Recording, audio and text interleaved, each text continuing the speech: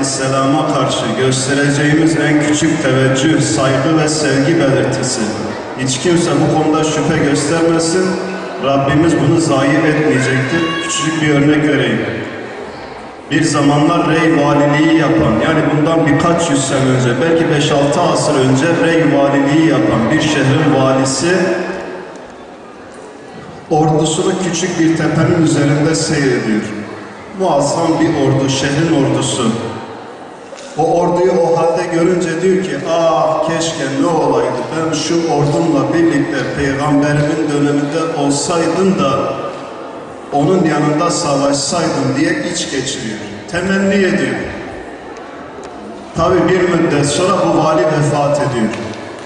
Onu rüyasında gören yakınları diyor ki, Rabbin sana nasıl muamele etti?